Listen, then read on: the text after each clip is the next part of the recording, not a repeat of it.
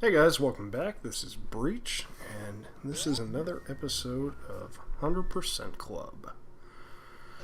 Last time we killed Botwoon, and now we've got the rest of Meridia and Dragon to go take out.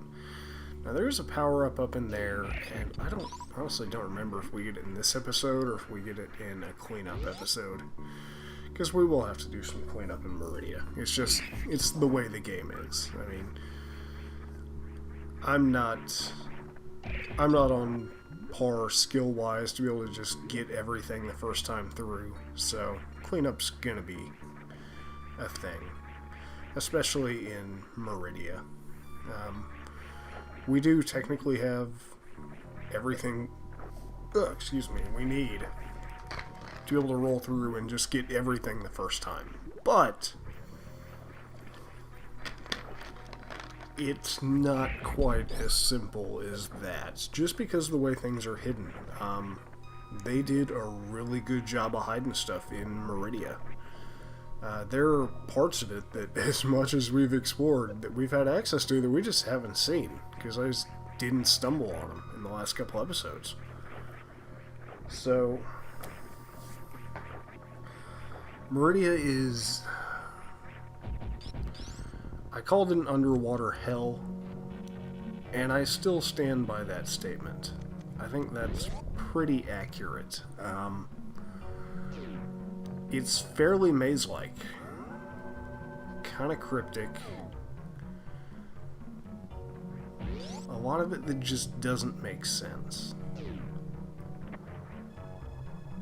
And we get a nice health recharge room, a nice save point right after Botwoon. The only real challenge in that last room was the mock droids. Which, if you're a Nintendo fan and you've played other games, particularly Kid Icarus, you've seen them before. They show up in Kid Icarus as, you know, a regular enemy, just a nice little Easter egg.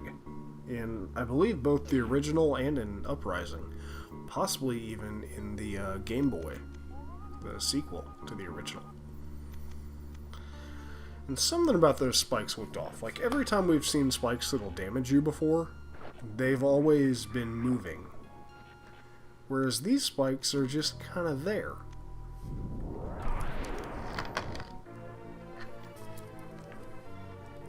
And that wall looks suspicious enough that, I mean, you should suspect something is there. Even if you don't whip out the X-ray scope to give it a full scan. Which I don't know why I bothered putting a bomb there. Like, the X-ray scope would have told me. And oh, there's a pathway down. Hey, that's an eye door.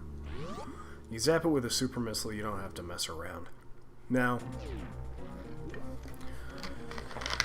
we came up on Dragon super fast after Botwoon, which means we'll do some cleanup after this. And Dragon, after you pop open these caps with your super missiles, is really easy to cheese. Like, you can pump missiles into him as he floats by, or if you have enough health, you can go with my method. Now, my method, which involves him a little bit of RNG, he has to go slow, which is going to be his grab phase. He is going to grab Samus here, and if I can get the grapple beam to hit one of those while he tickles my butt... You see, all Dragon wants is pizza and to touch butts. And right now, he's just tapping away at Samus's butt while I'm trying to grapple onto that little dealio. And my timing's off. I could have had it a couple... There we go. You grapple through it. It's going to hurt you because obviously you're electrocuting yourself, but you can instant kill Dragon with that. Yeah. Pretty awesome little technique, if you ask me. And sadly, all the little baby Dragons come to him. Like, I wish this was an optional fight, just because I don't want to kill a little baby Dragon's mommy Dragon.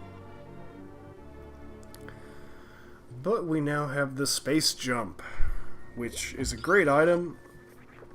Doesn't quite work the way I'd like it to in this game. As you can see, it lets you kind of infinitely jump in the air as long as you're spin jumping. It's pretty finicky though. You'll see some points where I don't get the timing of it, like it just doesn't make sense to me, or it eats the input, or anything like that, and I just go down like a friggin' sack of potatoes. Like here, I'm getting hit by the enemy, yeah, that's part of it, but it's just not doing the other jump after that. I don't know what it is, and it's just, a lot of times it's just faster to wall jump than to try and rely on the space jump.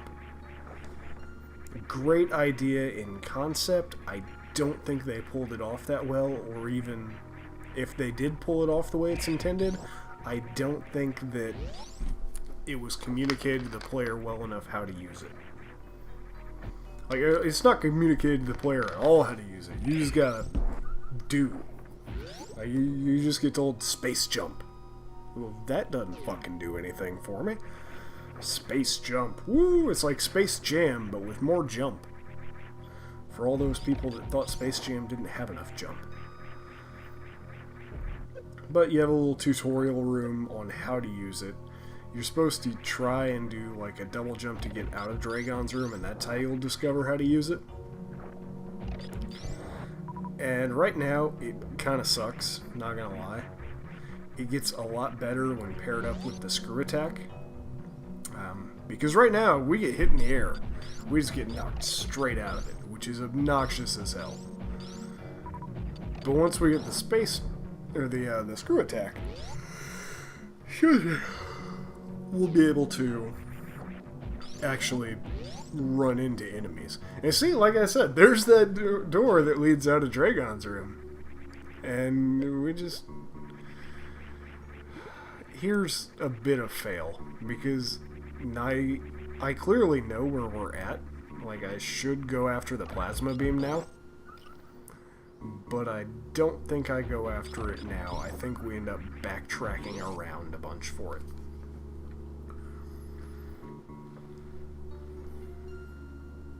Because like I said, a lot of Meridia looks the same, and it did not register to me at all that we had come out of the room that we had been fighting so desperately to get through before. So here, I'm gonna end up taking us all the way out of Meridia to the front of it. And like I said, the space jump makes this room so much easier. Like, look at that. We didn't hit the quicksand once in there. So when it works properly, the space jump is an amazing asset. And it was so cool seeing it when they brought it back into Prime 2. Like, I had no idea how this was going to work. Oh, Super Missile Gate. I had no idea how it was going to work and translate into a first-person puzzle shooter game. But oh my god, did they pull it off and did they rock it. Hey, it's a map station. That might have been helpful. Also might have been helpful if I was using the map for this area.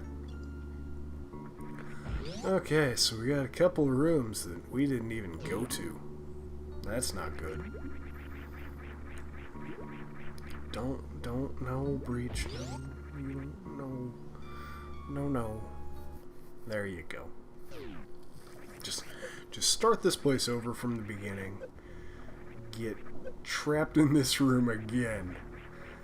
As you try and space jump over, and it eats the input from time to time. I don't know if it's because I'm on an HD TV and there's lag. I don't know if the space jump is just kind of borked. But it eats the damn input, and it's frustrating as shit when it happens. So, long story short, my point is, don't try to rely on the space jump. Because it will end up letting you down. You're gonna get mad at it if you try and rely on it. So use it when you have to, If you can make it work, awesome. But a nice infinite wall jump will generally be... No, don't. Well, we'll see what's going to happen over here.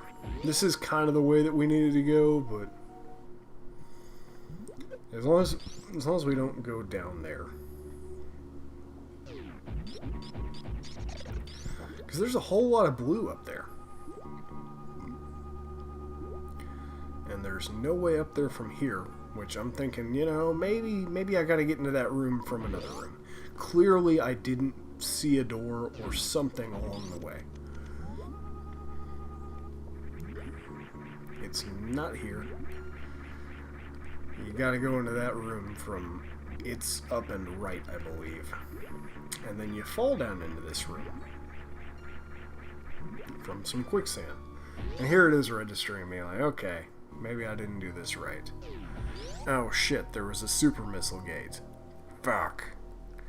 And instead of just going all the way back and doing the plasma beam and the stuff that I can do, I am so focused on that one room.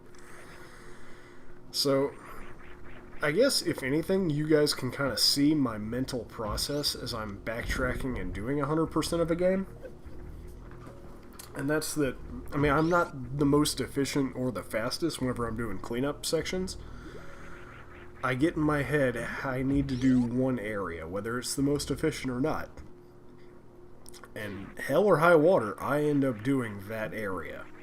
So, Space Jump does make this a little bit easier for this ascent.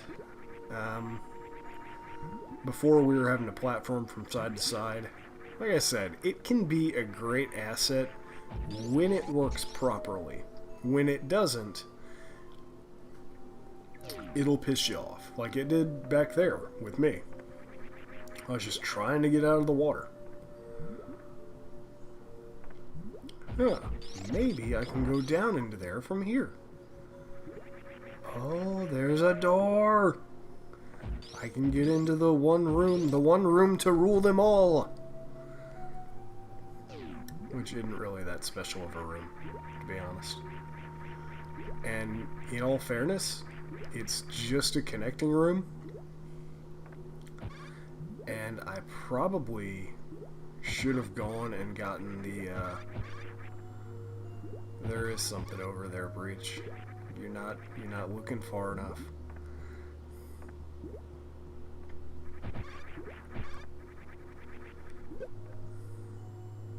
Actually, it might be this little pit where, with that guy, where there is something. There's one of them where there is, and I miss it and have to backtrack for it later.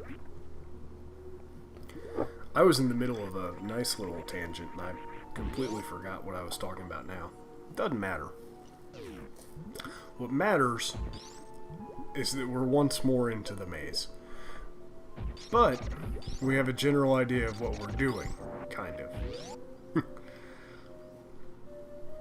I say kind of because I know that our next little plan of attack is going underneath this little area where we fought Batoon, and it is a necessary backtracking room. And like, I didn't check this room last time we were here. Hey, it's clearly pink on the mini-map up there. But I see a room underneath it, and I'm like, well, shit, how do I get down to that?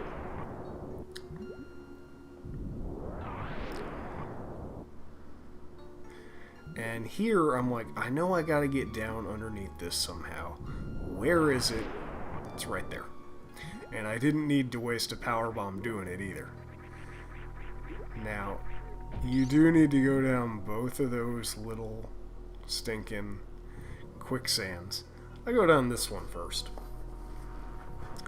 And it's a trick I picked up from watching speedruns. If you go into Morph Ball and then come out of it, while you're going down that pit, it'll actually make you go faster. Now, this room, you can do without Spring Ball, but you're going to want it right there. Because otherwise, that block's going to crumble and you're going to miss out on Reserve Tank and Missile Pack.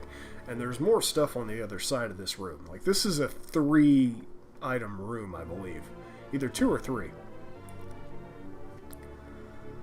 And you can do it with bomb jumps, but Christ is it obnoxious. Like, it's one of the... Oh, hey, you just jumped face first into a boulder. Congratulations. For nothing. But again, I see blue room. That's actually the tortoise room that's over there. That for some reason I think I can get into from this direction. And you come to the right over here, and I'm confusing it with the other quicksand pit. Because both those pits that we passed by, you have to go down. And I think maybe the scan visor can tell me where I'm supposed to let the pit make me fall down at to transition. And hey, it's that one room that I said was probably just a fallout from going down sand pits. Huh. It's a fallout from going down sand pits, and we get to run back through there. Don't you worry your pretty little heads. Now, Smarter Breach should have looked up from there. Also, Smarter Breach should have gone back for the damn plasma beam. So we end up having to go through this room at least 2 more times. Which, Meridia is where I will contend that backtracking is an issue in Metroid. Like, I've defended it as part of the adventure, part of the experience of the game, throughout most of the game. And for most of the game, it is like that. Like, you get upgrades, you test them out, you see, oh, okay, this works here, this works there. Here, it's just...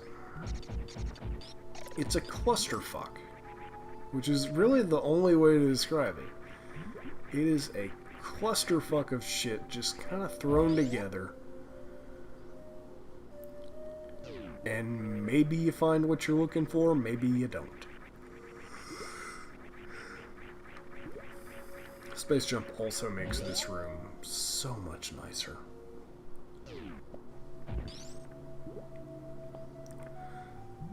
And unfortunately, since we're doing 100%, we've got plenty of ammo despite not having recharged any of it along the way. Plenty of power bombs, plenty of super missiles to make up for the fact that we just keep derping around with this. And I'm pretty sure that the speed booster would even destroy that little platform right there. So the power bomb for the first try at it was a little bit overkill. And here we have the other upgrades in here, which I don't think this room is as imperative for Spring Ball. I want to see this other half of it before I make that full determination. But as I remember, it wasn't as... oh, yeah, it is. It's just as bad. It is. It is god-awful. Especially trying to go in the wrong way. Like, you're trying to go in through the outdoor there, Breach. Not just the Led Zeppelin album. Yeah, it made that jump doable. Because there's no spider ball in this. There's that Samus Returns reference again for you. God, spider ball is so broken. And here we gotta find the way down. Again. And remember how last time it was all the way over here at the right? Guess what? Or it was all the way over at the opposite side of where you originally fell down? Same this time.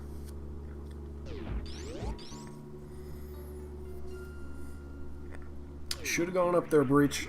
Instead, you're going to spend a whole lot of time looking around for a turtle room. And you're going to have to backtrack a ton to find what you're looking for.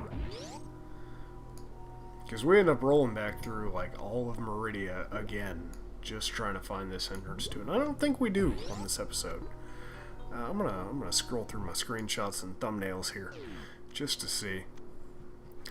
Because if not, I'm gonna call a nice little audible and cut the episode short and do some trimming, and then we'll finish up the cleanup on Monday of next week. Looky. Oh yeah, we do get some stuff. Okay, so this episode's not a complete bust on just trying to find things. That's good. We will end up finishing up the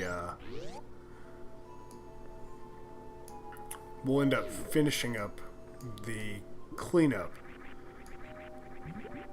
of Meridia on Monday. And then it's into Lower Norfair, full cleanup, and then Torian. And we are done with Super Metroid.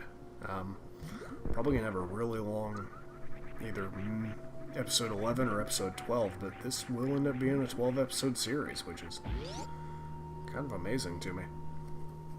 Had such humble beginnings, and now it's all grown up.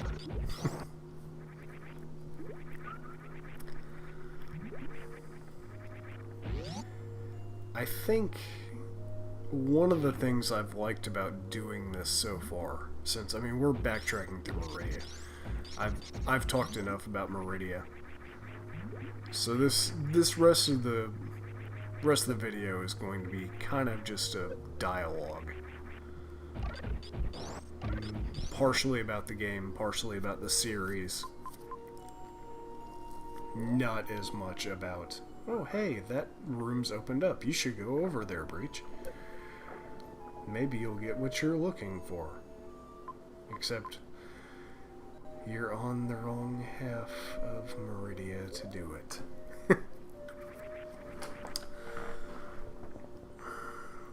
I think one of the strong suits of this game is that it didn't give you barely anything originally.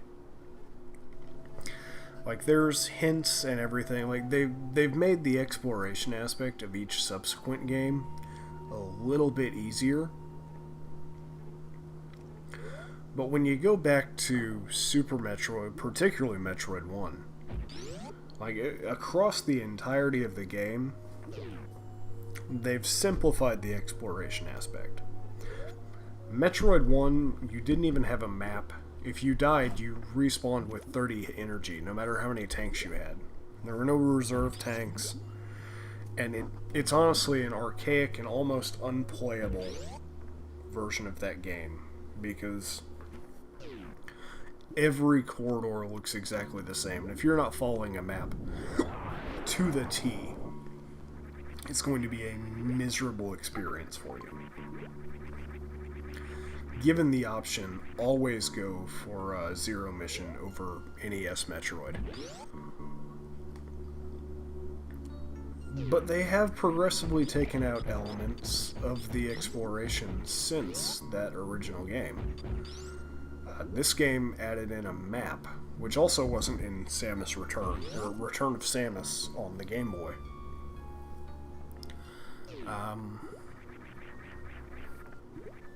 Go and open up that locked door, Breach. That's bothering my OCD now.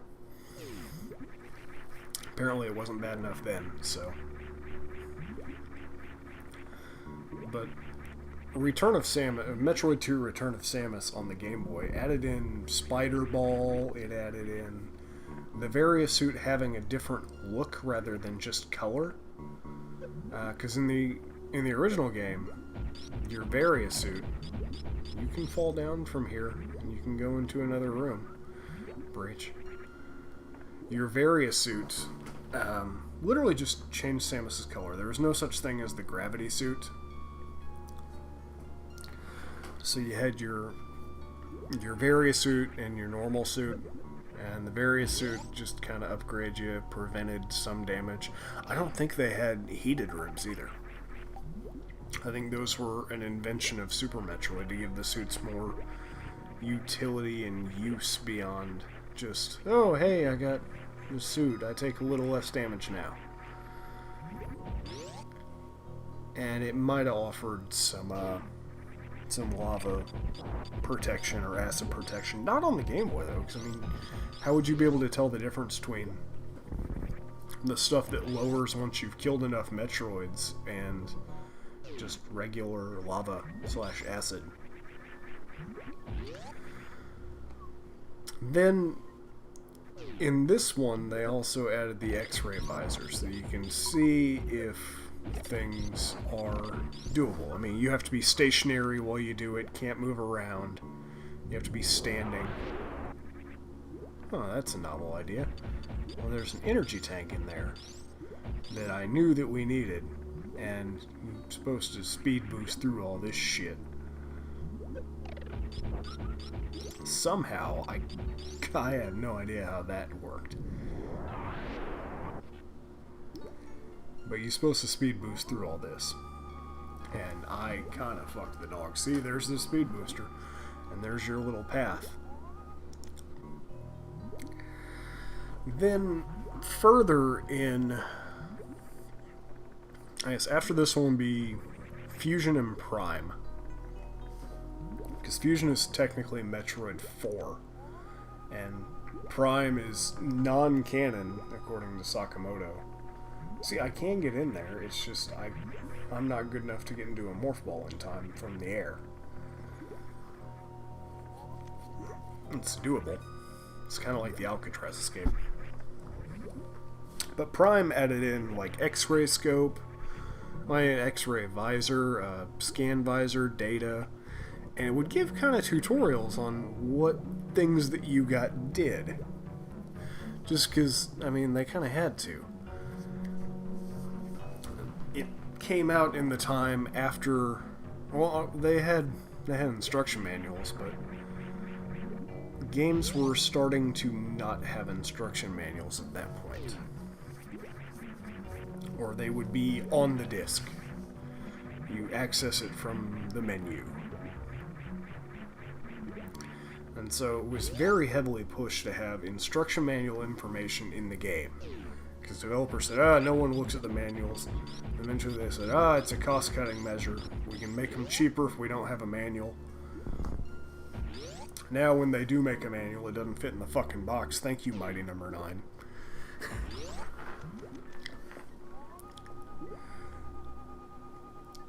And this is the kind of... You know, I've talked about enough about Meridia. We're going to hold that comment. We're going to go back into the series as a whole discussion. As a whole, the Metroid games have gotten a bit easier on the exploration since then. You should have kept just holding your friggin' jump button. Oh, hey, little creepy bastards. Like, if you just hold down the jump button for the spring ball, it'll solve all your issues. And granted, you're kind of supposed to go over this. But we got our, let's see, how many is that? 11th energy tank?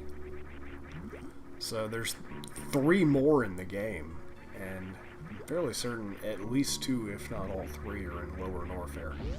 There might be another one here in Meridia that I just don't remember off the top of my head now. But I mean, we're a fucking tank right now.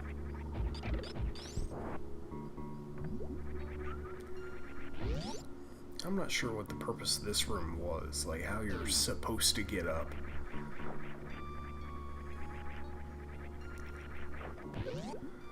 Maybe you... Oh, wait. It was designed to screw with you and tell you to get the space jump. Okay, that makes sense. And here, I'm messing around with my map again. I don't get any more progress done in this video. So, rather than continue on just this monologue of Metroid God! Metroid God! I'm going to cut it after this room. Because this room is kind of cool. I don't think you see it that often. I don't think it actually goes anywhere. Maybe it does have an upgrade at the end of it. Oh yeah, it's got a missile station. Anyways, guys, thanks for watching. We're going to call that an episode for here. And next time we're gonna clean up Meridia, then lower Norfair, then make sure we have 100%, and we're gonna end the game. It's been a fun ride so far. We're coming close on the end. So, have a good one. Thanks for watching.